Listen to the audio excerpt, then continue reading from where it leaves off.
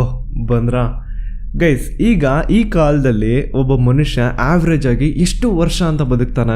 ಅಬ್ಬಬ್ಬ ಅಂದ್ರೆ ಒಂದು 80ರಿಂದ 90 ವರ್ಷ ಬದುಕಬಹುದು. ಆದ್ರೆ there are some legends. Hindu ಪುರಾಣಗಳ ಅವೈಲೇಬಲ್ ಡಾಟಾ ಪ್ರಕಾರ ಹೇಳೋದಾದ್ರೆ 7 ಜನ ಚಿರಂಜೀವಿಗಳಿದ್ದಾರೆ. ಅಂಡ್ ಅವರು ಎಷ್ಟೋ ಸುಮಾರು ಸಾವಿರಾರು ವರ್ಷಗಳಿಂದ ಈ ಭೂಮಿ ಮೇಲೆ ಬದುಕ್ತಾ ಇದ್ದಾರೆ. ಅಂಡ್ ಇನ್ನು ಸಾವಿರಾರು ವರ್ಷಗಳು ಬದುಕ್ತಾರೆ ಕೂಡ.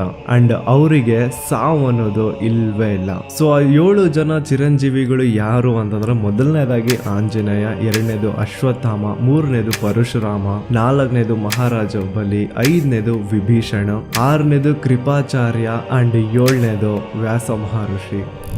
ನೋಡಿ, ಹಿಂದೂ ಮೈಥಾಲಜಿಕಲ್ ಸ್ಟೋರೀಸ್ ಹೇಳಬೇಕು ಅನ್ನೋದಂದ್ರೆ ನನಗೆ ಸಖತ್ ಇಷ್ಟ. ಆ ಸ್ಟೋರೀಸ್ ಅಷ್ಟೊಂದು ಥ್ರಿಲ್ಲಿಂಗ್ ಇರ್ತವೆ ಅಂಡ್ ಅದರಲ್ಲಿ ಮಿಸ್ಟರೀಸ್ ಕೂಡ ಹಂಗೇನೆ ತುಂಬಿಕೊಂಡಿರುತ್ತೆ. ಫಾರ್ ಎಕ್ಸಾಂಪಲ್, ಈಗ ಕುರುಕ್ಷೇತ್ರ ಯುದ್ಧನೇ ತಗೊಳ್ಳಿ, ಅದರಲ್ಲಿ ಎಷ್ಟೆಲ್ಲ ಮಿಸ್ಟರೀಸ್ ಇಲ್ಲ. ಅಂಡ್ ಕುರುಕ್ಷೇತ್ರ ಅಂತ ಬಂದ್ರೆ ಅಶ್ವತ್ಥಾಮ ಅಷ್ಟು ಮಿಸ್ಟೀರಿಯಸ್ ಕ್ಯಾರೆಕ್ಟರ್ ಇನ್ನೊಂದು ಇಲ್ಲ. Being A Muslim Guy, still ನನಗೆ ಈ ಹಿಂದೂ ಹಿಸ್ಟರೀಸ್, ಮಹಾಭಾರತ, ರಾಮಾಯಣ ಇದ್ರೆಲ್ಲದ್ರ ಬಗ್ಗೆ ತಿಳ್ಕೊಳ್ಬೇಕಂತ ಸಖತ್ ಆಸೆ. ಅದರಲ್ಲೂ Ashwatthama topic is one of my favourite. And ಇವತ್ತಿನ ಈ ವಿಡಿಯೋದಲ್ಲಿ ನಾನು ರಿಸರ್ಚ್ ಮಾಡಿ ಅಶ್ವತ್ಥಾಮ ಬಗ್ಗೆ ಏನೆಲ್ಲ ತಿಳ್ಕೊಂಡಿದ್ದೀನಿ ಅನ್ನೋದನ್ನ ನಿಮಗ್ ತಿಳಿಸ್ಕೊಡ್ತೀನಿ. And I am dam sure ಈ ವಿಡಿಯೋ ನೋಡಾದ್ಮೇಲೆ ನೀವು ಇನ್ನೊಬ್ಬರಿಗೆ ಹೋಗಿ ಅಶ್ವತ್ಥಾಮ ಬಗ್ಗೆ ಹೇಳ್ತೀರಾ ಹೊರತು ಅವರಿಂದ ಬೇರೆ ಏನಾದ್ರೂ ಹೊಸ ತಿಳ್ಕೊಳ್ಳೋದಕ್ಕೆ ಏನು ಮಿಗ್ಲಿರಲ್ಲ. ಒಂದು ದಿನ ಗುರು ದ್ರೋಣಾಚಾರ್ಯನಿಗೆ ತನ್ಗೊಬ್ಬ ಮಗ ಬೇಕು ಅನ್ಸುತ್ತಾ. ಅಂಡ್ ತನ್ನ ಮಗ ಲಾರ್ಡ್ ಶಿವ ತರ ಇರಬೇಕು, ಅದೇ ರೀತಿ ಸೇಮ್ ವೈಲೆನ್ಸ್, ಸೇಮ್ ಪವರ್ಸ್ ನ ಹೊಂದಿರಬೇಕು ಅನ್ನೋ ದೊಡ್ಡ ಆಸೆ ಇರುತ್ತೆ. ಹಾಗಾಗಿ ದ್ರೋಣಾಚಾರ್ಯ ಸುಮಾರು ದಿನಗಳವರೆಗೂ ಶಿವನ ತಪಸ್ ಮಾಡ್ತಾರೆ. ದ್ರೋಣಾಚಾರ್ಯನಿಂದ ಇಂಪ್ರೆಸ್ ಆದಂತಹ ಲಾರ್ಡ್ ಶಿವ ದ್ರೋಣಾಚಾರ್ಯ ಇಷ್ಟು ದಿನದಿಂದ ಮಾಡಿದಂತಹ ಕಠಿಣ ತಪಸ್ಸಿನ ಫಲಿತಾಂಶವಾಗಿ ಅವ್ರಿಗೊಂದು ಗಂಡು ಮಗುನ ಕೊಡ್ತಾರೆ. ಆ ಮಗುನ ಹಣೆ ಮೇಲೆ ಒಂದು ಮಣಿ ಇರುತ್ತೆ, ಸಿರಾನ್ ರತ್ನ ಅದು. ಅಂಡ್ ಆ ಒಂದು ಹಣೆ ಮೇಲೆ ಇದ್ದಂತಹ ಮಣಿಯಿಂದಲೇ ಆ ಒಂದು ಮಗುಗೆ ಸ್ಪೆಷಲ್ ಪವರ್ ಸಿಗ್ತಾ ಇರುತ್ತೆ. ಆ ಪವರ್ಸ್ ಏನು ಅಂತಂದ್ರೆ, ಹಸುವಿನ ಮೇಲೆ ಕಂಟ್ರೋಲ್ ಇರುತ್ತೆ. ಆ ಮಗು ಎಷ್ಟು ದಿನ ಬೇಕಿದ್ರು ಹಾಗೆ ತನ್ನ ಹಸುವನ್ನ ಕಂಟ್ರೋಲ್ ಮಾಡ್ಕೊಂಡಿರಬಹುದು. ಯಾವುದೇ ದೆವ್ವ ಭೂತ ನೆಗೆಟಿವ್ ಎನರ್ಜಿ ಅನ್ನೋದು ಹತ್ರನೂ ಬರಲ್ಲ. ಬಾಡಿ ಮೇಲೆ ಏನೇ ಗಾಯ, ಏನೇ ನೋವಾಗಿದ್ರು ತುಂಬಾ ಬೇಗನೆ ಕ್ಯೂರ್ ಆಗ್ಬಿಡುತ್ತೆ. ಅಂಡ್ ಪ್ರಾಣಿ ಪಕ್ಷಿಗಳಿಂದ ಯಾವುದೇ ರೀತಿ ಅಪಾಯ ಇರೋಲ್ಲ. ಸೊ ಇಷ್ಟೆಲ್ಲ ಸೂಪರ್ ಪವರ್ಸ್ ನ ಹೊಂದಿರುವಂತಹ ಆ ಮಗು ಹುಟ್ಟಿದಾಗ ಒಂದು ಕುದುರೆ ಹೇಗ್ ಸೌಂಡ್ ಮಾಡುತ್ತೋ ಹಾಗೆ ಅಳ್ತಾ ಇರುತ್ತೆ ಅಂತ. ಹಾಗಾಗಿ ದ್ರೋಣಾಚಾರ್ಯ ಆ ಗಂಡು ಮಗನಿಗೆ ಅಶ್ವತ್ಥಾಮ ಅಂತ ಹೆಸರಿಡ್ತಾರೆ. ಈಗ ನಮ್ಮೆಲ್ರಿಗೂ ಗೊತ್ತು, ದ್ರೋಣಾಚಾರ್ಯ ಪಾಂಡವರು ಹಾಗೂ ಕೌರವರ ಮಕ್ಕಳು ಏನಿದ್ರು ಅವರ ಗುರು ಆಗಿದ್ರು. ಸೊ ಪಾಂಡವ ಹಾಗೂ ಕೌರವರ ಮಕ್ಕಳ ಜೊತೆನೆ ಗುರು ದ್ರೋಣ ತನ್ನ ಮಗ ಅಶ್ವತ್ಥಾಮನಿಗೂ ಶಸ್ತ್ರಾಸ್ತ್ರಗಳ ವಿದ್ಯಾಭ್ಯಾಸ ಹೇಳ್ಕೊಡ್ತಾ ಇದ್ರು. ದ್ರೋಣಾಚಾರ್ಯನಿಗೆ ತುಂಬಾ ಪ್ರಿಯ ಶಿಷ್ಯ ಅಂದ್ರೆ ಅರ್ಜುನ. ಈವನ್ ತನ್ನ ಮಗ ಅಶ್ವತ್ಥಾಮ ಎಷ್ಟೇ ಚೆನ್ನಾಗಿ ಪರ್ಫಾರ್ಮ್ ಮಾಡಿದ್ರು ದ್ರೋಣ ಯಾವಾಗ್ಲೂ ಅರ್ಜುನನ್ಗೆ ಹೊಗಳ್ತಾ ಇರ್ತಾರೆ. ಹೀಗಾಗಿ ಅಶ್ವತ್ಥಾಮಗೆ ಮೊದ್ಲಿಂದನೂ ಅರ್ಜುನ ಕಂಡ್ರೆ ಆಗಲ್ಲ. ಸೊ ಶತ್ರುವಿನ ಶತ್ರು ಮಿತ್ರ ಆಗ್ತಾನೆ. ಹಾಗಾಗಿ ಅಶ್ವತ್ಥಾಮ ದುರ್ಯೋಧನನ ಪ್ರಿಯ ಮಿತ್ರ ಆಗ್ತಾನೆ. ಸೊ ಹೀಗೆ ಸ್ವಲ್ಪ ವರ್ಷಗಳ ಆದ ನಂತರ ಈಗ ಎಲ್ಲಾ ಮಕ್ಕಳು ತುಂಬಾ ದೊಡ್ಡವರಾಗಿದ್ದಾರೆ. ಅಂಡ್ ಗುರು ದ್ರೋಣಾಚಾರ್ಯ ಅವ್ರಿಗೆಲ್ಲ ಕಲಿಸ್ಬೇಕಾದಂತಹ ವಿದ್ಯಾಭ್ಯಾಸ ಎಲ್ಲ ಮುಗ್ದಿರುತ್ತೆ. ಈಗ ಇಷ್ಟೆಲ್ಲ ತಮಗೆ ಕಲಿಸಿರುವಂತಹ ಗುರುಗೆ ಅವ್ರ ಶಿಷ್ಯಂದಿರು ಏನಾದ್ರೂ ಒಂದು ಗುರು ದಕ್ಷಿಣೆ ಕೊಡ್ಬೇಕು ಅಲ್ವಾ. ಸೊ ಗುರು ದಕ್ಷಿಣೆ ರೂಪದಲ್ಲಿ ದ್ರೋಣಾಚಾರ್ಯ ತನ್ನ ಎಲ್ಲಾ ಶಿಷ್ಯಂದ್ರಿಗೆ, ನೀವೆಲ್ಲಾ ಸೇರಿ ಪಾಂಚಾಲ ರಾಜ್ಯದ ರಾಜ ಏನಿದಾನೆ ದ್ರುಪದ, ಅವನ್ನ ಸೋಲ್ಸಿ ಅವನ ಪಾಂಚಾಲ ರಾಜ್ಯನ ನನ್ಗೆ ಆಸ್ ಎ ಗುರು ದಕ್ಷಿಣ ಆಗಿ ಕೊಡಿ ಅಂತ ಕೇಳ್ತಾರ. ಇಲ್ಲಿ ದ್ರೋಣ ಎಲ್ರಿಗೂ ಸೇರಿಸಿ ಹೇಳಿದ್ದು. ಆದ್ರೆ ಇಲ್ಲಿ ಪಾಂಡವರು ಮತ್ತೆ ಕೌರವರು ಮೊದ್ಲೇ ಆಗ್ಬರಲ್ಲ ಇಬ್ರಿಗೂ. ಸೊ ಮೊದ್ಲು ಪಾಂಡವರು ಹೋಗಿ ದ್ರುಪದನ ಮೇಲೆ ಯುದ್ಧ ಮಾಡ್ತಾರೆ. ಆದ್ರೆ ಆ ಯುದ್ಧದಲ್ಲಿ ಪಾಂಡವರು ಸೋತ್ ಹೋಗ್ತಾರೆ. ಆಗ ದೆನ್ ಕೌರವರು ಹೋಗಿ ಪಾಂಚಾಲ ರಾಜ್ಯದ ಮೇಲೆ ಅಟ್ಯಾಕ್ ಮಾಡಿ ದ್ರುಪದ ರಾಜನ ಸೋಲ್ಸಿ ಪಾಂಚಾಲ ರಾಜ್ಯನ ದ್ರೋಣಾಚಾರ್ಯನಿಗೆ ಆಸ್ ಎ ಗುರು ದಕ್ಷಿಣ ಆಗಿ ತಂದ್ಕೊಡ್ತಾರೆ. ಅಂಡ್ ದೆನ್ ಆ ಪಾಂಚಾಲ ರಾಜ್ಯಕ್ಕೆ ಗುರು ದ್ರೋಣ ತನ್ನ ಮಗ ಅಶ್ವತ್ಥಾಮನ ರಾಜನಾಗಿ ಪಟ್ಟಾಭಿಷೇಕ ಮಾಡ್ತಾರೆ. ನೆನ್ಪಿರ್ಲಿ, ದ್ರೌಪದ ರಾಜ ಬೇರೆ ಯಾರು ಅಲ್ಲ, ದ್ರೌಪದಿ ಅವ್ರ ತಂದೆ. ಸೊ ದ್ರೋಣಾಚಾರ್ಯನಿಗೆ ಪಾಂಡವರು ನನಗೆ ಗುರು ದಕ್ಷಿಣ ಕೊಟ್ಟಿಲ್ಲ, ಆದ್ರೆ ಕೌರವರು ನಾನು ಕೇಳಿದ್ದನ್ನ ನನಗೆ ತಂದು ಕೊಟ್ಟಿದ್ದಾರೆ ಮಾಡಿದ್ದಾರೆ ಅನ್ನೋ ಒಂದೇ ಒಂದು ರೀಸನ್ ಇಂದ ಕುರುಕ್ಷೇತ್ರ ಯುದ್ಧದಲ್ಲಿ ದ್ರೋಣಾಚಾರ್ಯ ಕೌರವರ ಪರವಾಗಿ ಯುದ್ಧ ಮಾಡ್ತಾರ. ಅಂಡ್ ಇನ್ನು ಅಶ್ವತ್ಥಾಮ ಅಂತೂ ದುರ್ಯೋಧನನ ಪರಮ ಮಿತ್ರ, ಅಂತದ್ರಲ್ಲಿ ಆಬ್ವಿಯಸ್ಲಿ ಅವನು ಕೌರವರ ಪರವಾಗಿನೇ ಯುದ್ಧ ಮಾಡೋದು. ಸೊ ಕುರುಕ್ಷೇತ್ರ ಯುದ್ಧದಲ್ಲಿ Dronacharya plus Ashwatthama equal to mass destruction ಅನ್ಕೊಳ್ಳಿ. ತಂದೆ ಮತ್ತು ಮಗ ಇಬ್ರು ತುಂಬಾ ಅಂದ್ರೆ ತುಂಬಾನೇ ಪವರ್ಫುಲ್. ಅಶ್ವತ್ಥಾಮ ಅಂತೂ ಯುದ್ಧದಲ್ಲಿ ಭೀಮನ ಮಗ ಘಟೋತ್ಕಚನ ರಾಕ್ಷಸ ಸೇನೆ ಏನಿರುತ್ತೆ ಅದರಲ್ಲಿ ಒಂದು ಅಕ್ಷಿಣಿ ಸೇನೆನ ಒಬ್ನೇ ಒಂದೇ ದಿನದಲ್ಲಿ ಹೊಡೆದು ಸಾಯಿಸ್ತಾನೆ. ಒಂದು ಅಕ್ಷಿಣಿ ರಾಕ್ಷಸ ಸೈನ್ಯ ಅಂತಂದ್ರೆ 21,870 ರಥಗಳು, 21,870 ಆನೆಗಳು, 65,610 ಕುದುರೆಗಳು ಅಂಡ್ 1,09,350 ಸೈನಿಕರು. ಅದು ನಾರ್ಮಲ್ ಸೈನಿಕರಲ್ಲ, ಅವರು ರಾಕ್ಷಸ ಪಡೆ. ಸೊ ಇಷ್ಟು ಜನನ ಒಬ್ನೇ ಒಂದೇ ದಿನದಲ್ಲಿ ಹೊಡೆದು ಸಾಯಿಸದಾನೆ ಅಂತಂದ್ರೆ you can assume how much powerful was Ashwatthama.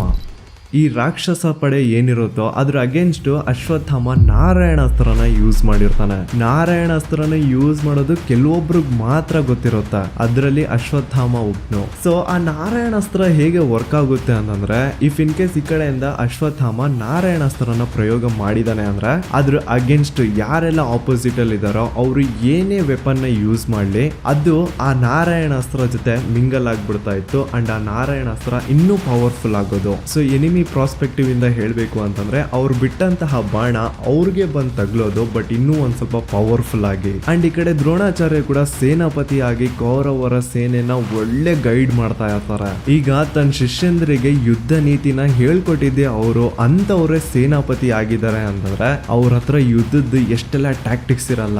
So ಇವ್ರನ್ನ ಹೀಗೆ ಬಿಟ್ರೆ ನಾವು ಸೋಲೋದ್ ಗ್ಯಾರಂಟಿ ಅನ್ನೋದು ಪಾಂಡವರಿಗೆ ಗೊತ್ತಾಗುತ್ತೆ. ಅಂಡ್ ಆಗ ಶ್ರೀಕೃಷ್ಣ ಪಾಂಡವರಿಗೆ ಒಂದು ಉಪಾಯ ಕೊಡ್ತಾರ.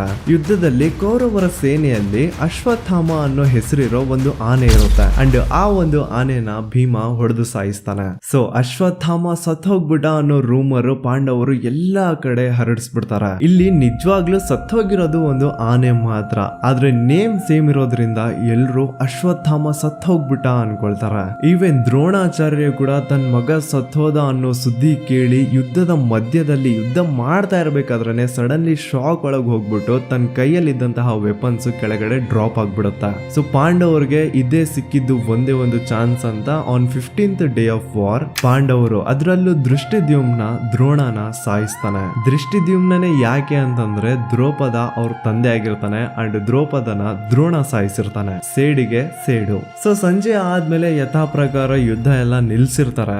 ಆಗ ಅಶ್ವತ್ಥಾಮ ಯಾರೆಲ್ಲ ಸತ್ತು ಹೋಗಿದ್ದಾರೆ ಅಂತ ಒಂದ್ ಕಡೆಯಿಂದ ಚೆಕ್ ಮಾಡ್ಕೊಂಡ್ ಬರ್ತಾನೆ. ಆಗ ಅವನ್ಗೆ ತನ್ನ ತಂದೆ ಕೂಡ ಸತ್ತು ಹೋಗಿದ್ದಾರೆ ಅನ್ನೋ ವಿಷಯ ಗೊತ್ತಾಗುತ್ತೆ ಅಂಡ್ ಪಾಂಡವರು ಈ ರೀತಿ ಯಾಮರ್ಸಿ ಮೋಸದಿಂದ ಹೊಡೆದು ಸಾಯಿಸಿದ್ದಾರೆ ಅನ್ನೋದು ಗೊತ್ತಾಗಿ ಅಶ್ವತ್ಥಾಮನಿಗೆ ತುಂಬಾ ಕೋಪ ಬರುತ್ತೆ. ಅಂಡ್ ಅದೇ ಕೋಪದಲ್ಲಿ ಅಶ್ವತ್ಥಾಮ ತನ್ನ ತಂದೆನ ಸಾಯಿಸಿರುವಂತಹ ದೃಷ್ಟಿದ್ಯುಮ್ನ ಯುದ್ಧದಲ್ಲಿ ತುಂಬಾ ಕ್ರೂರಿಯಾಗಿ ನಾನೇ ಹುಡುಕಿ ಅವನ್ನ ಸಾಯಿಸ್ತೀನಿ ಅಂತ ಆಣೆ ಮಾಡ್ತಾನೆ. ಆದ್ರೆ ಯುದ್ಧದ 18ನೇ ದಿನ ದುರ್ಯೋಧನನೇ ಸತ್ತು ಹೋಗ್ಬಿಡ್ತಾನೆ ಅಂಡ್ ಕುರುಕ್ಷೇತ್ರ ಯುದ್ಧ ಅಲ್ಲಿಗೆ ಮುಗ್ದು ಹೋಗ್ಬಿಡುತ್ತೆ. ಬಟ್ ಅಶ್ವತ್ಥಾಮನಿಗೆ ದೃಷ್ಟಿದ್ಯುಮ್ನ ಸಾಯಿಸೋ ಚಾನ್ಸ್ ಸಿಕ್ಕಿಲ್ಲ.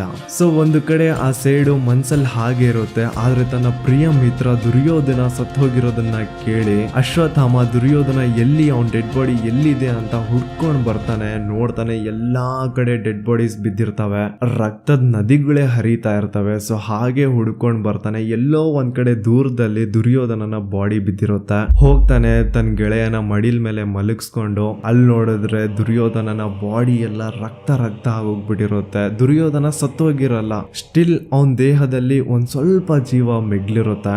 ದುರ್ಯೋಧನ ತುಂಬಾ ನಿಧಾನ ಧ್ವನಿಲಿ ಭೀಮ ಅವನ್ನ ಹೇಗೆ ಕೃಷ್ಣನ ಸಹಾಯದಿಂದ ಮೋಸದಿಂದ ಹೊಡೆದು ಸಾಯಿಸ್ದ ಅನ್ನೋದನ್ನೆಲ್ಲ ಹೇಳ್ತಾನೆ.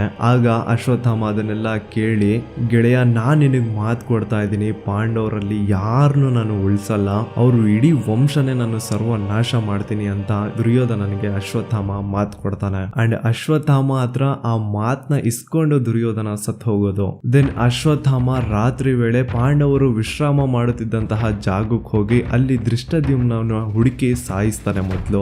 ನಂತರ ಪಾಂಡವರು ಯಾವೊಂದು ಟೆಂಟ್ ಹೌಸ್ ಒಳಗಡೆ ನಿದ್ದೆ ಮಾಡ್ತಾ ಇರ್ತಾರೋ ಅಲ್ಲಿ ಹೋಗ್ತಾನೆ. ಆದ್ರೆ ಅಲ್ಲಿ ಬೈ ಮಿಸ್ ಆಗಿ ಪಾಂಡವರನ್ನ ಸಾಯಿಸಕ್ ಹೋಗಿ ಅವ್ರ ಮಕ್ಕಳನ್ನ ಸಾಯಿಸಿ ಬಂದ್ಬಿಡ್ತಾನೆ. ಈ ವಿಷಯ ಗೊತ್ತಾಗಿದ್ದು ಪಾಂಡವರು ನಂತರ ಅಶ್ವತ್ಥಾಮನ ಹುಡುಕೊಂಡ್ ಬರ್ತಾರೆ. ಅವ್ರು ಬರ್ತಾ ಇರೋದನ್ನ ನೋಡಿ ಇನ್ನೇನ್ ಇವ್ರು ನನಗ್ ಸಾಯಿಸೋದಕ್ ಬರ್ತಾ ಇದಾರೆ ಅನ್ನೋದು ಅಶ್ವತ್ಥಾಮನಿಗೆ ಗೊತ್ತಾಗಿ ಅಶ್ವತ್ಥಾಮ ಬ್ರಹ್ಮಾಸ್ತ್ರನ ಅವ್ರ ಅಗೇನ್ಸ್ಟ್ ಯೂಸ್ ಮಾಡ್ತಾನೆ.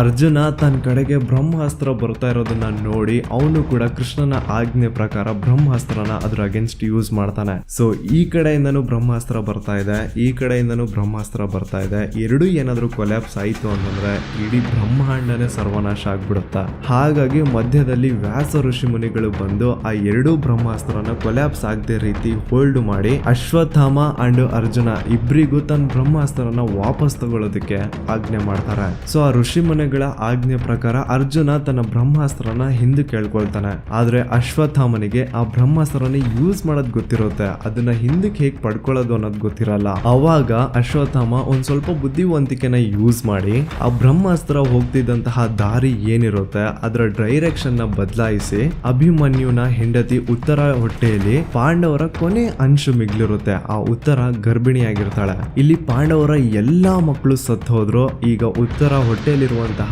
ಆ ಮಗು ಮಾತ್ರ ಇರೋದು. ಅದನ್ನು ಸಾಯಿಸ್ಬಿಡುವ ಅಂತ ಹೇಳ್ಬಿಟ್ಟು ಆ ಬ್ರಹ್ಮಾಸ್ತ್ರನ ಉತ್ತರನ ಹೊಟ್ಟೆ ಕಡೆಗೆ ಬಿಡ್ತಾನೆ. ಆದ್ರೆ ಶ್ರೀಕೃಷ್ಣ ತನ್ನ ಲೀಲೆಯಿಂದ ಆ ಮಗುನ ಕಾಪಾಡ್ಕೊಳ್ತಾರೆ. ಸೊ ಅಶ್ವತ್ಥಾಮ ಮಾಡಿದಂತಹ ಕರ್ಮಕ್ಕೆ ಶ್ರೀಕೃಷ್ಣ ಅಶ್ವತ್ಥಾಮನ ಹಣೆ ಮೇಲೆ ಇದ್ದಂತಹ ಮಣಿನ ಕಿತ್ಕೊಂಡು, ಆಗ ಮಣಿ ಕಿತ್ಕೊಂಡಾಗ ಅಶ್ವತ್ಥಾಮನ ಹಣೆ ಹತ್ರ ಒಂದು ದೊಡ್ಡ ಗಾಯ ಆಗ್ಬಿಟ್ಟಿರುತ್ತ. ಸೊ ಆ ಒಂದು ಗಾಯ ಜೊತೆ ಬಾಡಿ ಮೇಲೆ ಇದ್ದಂತಹ ಬೇರೆ ನೋವುಗಳ ಜೊತೆ ನೀನು ಚಿರಂಜೀವಿಯಾಗಿ ಕಲಿಯುಗದ ಕೊನೆವರೆಗೂ ಹೀಗೆ ಬದುಕ್ತೀಯಾ, ನಿನ್ನ ಈ ಮೈ ಮೇಲಿರುವಂತಹ ಗಾಯಗಳು ಯಾವತ್ತಿಗೂ ವಾಸಿಯಾಗಲ್ಲ, ನಿನ್ ಇಡೀ ಜೀವನ ಅಂಧಕಾರದಲ್ಲಿ ಬದುಕ್ತೀಯಾ ಅಂತ ಶಾಪ ಹಾಕ್ತಾರೆ. ನೋಡಿ, ಅಶ್ವತ್ಥಾಮನಿಗೆ ಆ ತನ್ನ ಹಣೆ ಮೇಲೆ ಇದ್ದಂತಹ ಮಣಿಯಿಂದನೇ ಸ್ಪೆಷಲ್ ಪವರ್ಸ್ ಇದ್ದಿದ್ದು, ಈಗ ಆ ಮಣಿನೇ ಇಲ್ಲ ಅಂದ್ಮೇಲೆ ಸ್ಪೆಷಲ್ ಪವರ್ಸ್ ಕೂಡ ಇಲ್ಲ.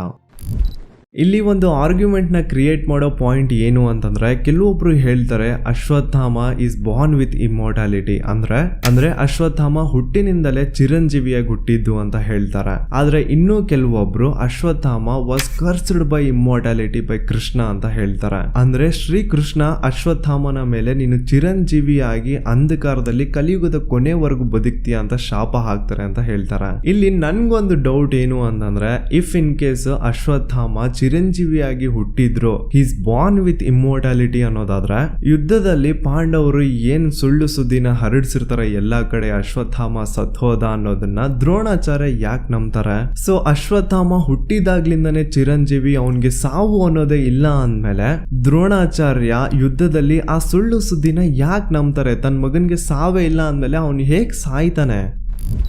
ವಿನಾಶಕಾಲ ವಿಪರೀತ ಬುದ್ಧಿ. ಇಟ್ ಮೀನ್ಸ್ ಮನುಷ್ಯನ ಸಾವು ಅನ್ನೋದು ತುಂಬಾ ಹತ್ತಿರದಲ್ಲಿದ್ದಾಗ ಅವನು ಆಗ ದಡ್ಡಂತರ ಯೋಚನೆ ಮಾಡ್ತಾನಂತೆ. ಸೊ ಮೇ ಬಿ ದ್ರೋಣ ಜೊತೆನೂ ಹೀಗೆ ಆಗಿರ್ಬೇಕು. ನಾನು ಓದಿರೋದು ಹೇಳೋದಿದ್ರೆ, god gifted child Ashwatthama is born with immortality. Srikrishna ಅಶ್ವತ್ಥಾಮನ ಹಣೆ ಮೇಲೆ ಇದ್ದಂತಹ ಮಣಿನ ಕಿತ್ಕೊಂಡ್ರು. ಸೊ ಈಗ ಯಾವುದೇ ಸ್ಪೆಷಲ್ ಪವರ್ಸ್ ಇಲ್ದೆ ನಿನ್ ಮೈ ಮೇಲಿರುವಂತಹ ಆ ಗಾಯ, ಅದರ ಒಂದು ನೋವನ್ನ ಇಟ್ಕೊಂಡು ಅಂಧಕಾರದಲ್ಲಿ ಕಲಿಯುಗದ ಕೊನೆವರೆಗೂ ಚಿರಂಜೀವಿಯಾಗಿ ಬದುಕು ನೀನು ಅಂತ ಹೇಳಿ ಶ್ರೀಕೃಷ್ಣ ಅಶ್ವತ್ಥಾಮನ ಮೇಲೆ ಶಾಪ ಹಾಕೋದು. ಸೊ ಕಲಿಯುಗದ ಕೊನೆವರೆಗೂ ಅಶ್ವತ್ಥಾಮ ಬದುಕಿರ್ಬೇಕು ಅಂಡ್ ಈಗ್ಲೂ ಬದುಕಿದಾನೆ ಕೂಡ.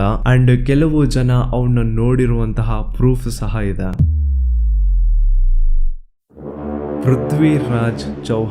ಪೃಥ್ವಿರಾಜ್ ಚೌಹಾಣ್ ಎಂತ ಒಬ್ಬ ಗ್ರೇಟ್ ಹಿಂದೂ ಕಿಂಗ್ ಅನ್ನೋದು ಎಲ್ರಿಗೂ ಗೊತ್ತು. ಈಗ್ಲೂ ಅವ್ರ ಮೇಲೆ ಮೂವೀಸ್ ಮಾಡ್ತಾರೆ. ಪೃಥ್ವಿರಾಜ್ ಚೌಹಾಣ್ ಸ್ವತಃ ತನ್ನ ಬಗ್ಗೆನೆ ಆಟೋಬಯೋಗ್ರಫಿನ ಬರ್ದಿದ್ದಾರೆ ಅಂಡ್ ಅದ್ರ ಹೆಸರು Prithviraj Raso. It's like his own diary ಅನ್ಕೊಳ್ಳಿ. ಅದ್ರಲ್ಲಿ ಅವರು ತನ್ನ ಜೊತೆ ನಡೆದಂತಹ ಚಿಕ್ಕ ದೊಡ್ಡ ಎಲ್ಲಾ ಇನ್ಸಿಡೆಂಟ್ಸ್ ನ ಮೆನ್ಷನ್ ಮಾಡಿದ್ದಾರೆ. ಸೊ ಹಾಗೇನೆ ಅವ್ರ ಜೊತೆ ನಡೆದಿದ್ದು ಒಂದು ಇನ್ಸಿಡೆಂಟ್ ತುಂಬಾನೇ ಮಿಸ್ಟೀರಿಯಸ್. 1992 ಪೃಥ್ವಿರಾಜ್ ಪೃಥ್ವಿರಾಜ್ ಚೌಹಾಣ್ ಮೊಘಲ್ನ ರಾಜ ಮೊಹಮ್ಮದ್ ಗೌರಿನ ವಿರುದ್ಧ ಯುದ್ಧ ಮಾಡಿ ಅದರಲ್ಲಿ ತುಂಬಾ ಹೀನಾಯವಾಗಿ ಸೋತ್ ಹೋಗ್ತಾರೆ. ಸೊ ಯುದ್ಧ ಮುಗ್ದಾದ್ಮೇಲೆ ಈ ಮನುಷ್ಯ ಮೆಂಟಲಿ ತುಂಬಾ ಡಿಸ್ಟರ್ಬ್ ಆಗ್ಬಿಡ್ತಾನೆ ಅಂಡ್ ಮೆಂಟಲ್ ಪೀಸ್ ನ ಹುಡುಕೊಂಡು ಒಬ್ರೇ ಕಾಡಿಗೆ ಹೋಗ್ಬಿಡ್ತಾರೆ. ಸೊ ಆ ದಟ್ಟವಾದ ಕಾಡಲ್ಲಿ ಅವ್ರಿಗೊಬ್ಬ ವ್ಯಕ್ತಿ ಸಿಗ್ತಾನೆ. ಆ ವ್ಯಕ್ತಿನ ಹಣೆ ಮೇಲೆ ಒಂದು ದೊಡ್ಡ ಗಾಯ ಆಗಿರುತ್ತೆ.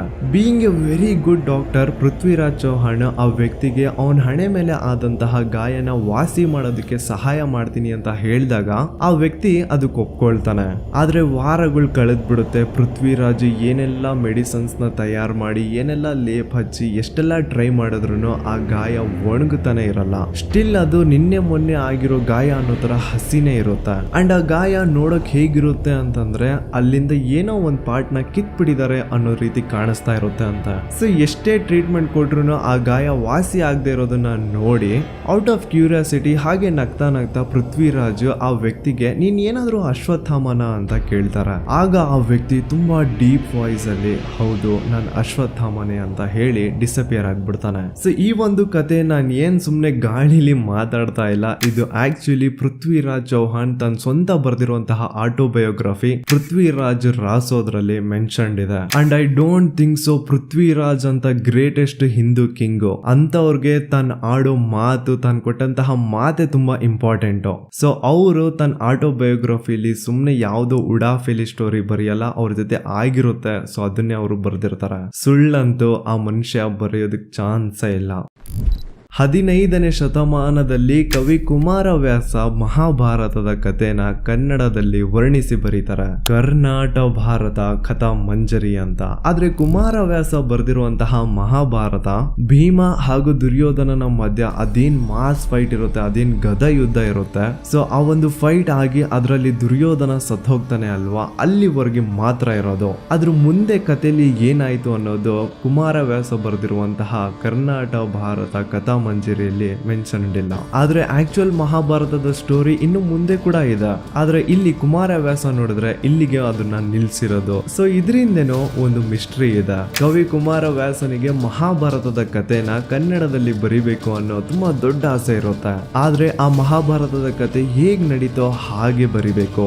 ಯಾರಾದ್ರೂ ಆ ಯುದ್ಧದಲ್ಲಿ ಲೈವ್ ಅನುಭವಿಸಿರೋರ್ ಬಾಯಿಯಿಂದನೇ ಕತೆ ಕೇಳಿ ಬರಿಬೇಕು ಅನ್ನೋದು ಕುಮಾರವ್ಯಾಸನ ಆಸೆ. ಸೊ ತನ್ನ ಈ ಒಂದು ಕನಸು ನೆನಸಾಗ್ಲಿ ಅಂತ ಕುಮಾರವ್ಯಾಸ ವೀರನಾರಾಯಣ ದೇವಸ್ಥಾನದಲ್ಲಿ ಡೇ ಅಂಡ್ ನೈಟ್ ಪ್ರೇ ಮಾಡ್ತಾನೆ ಇರ್ತಾರ.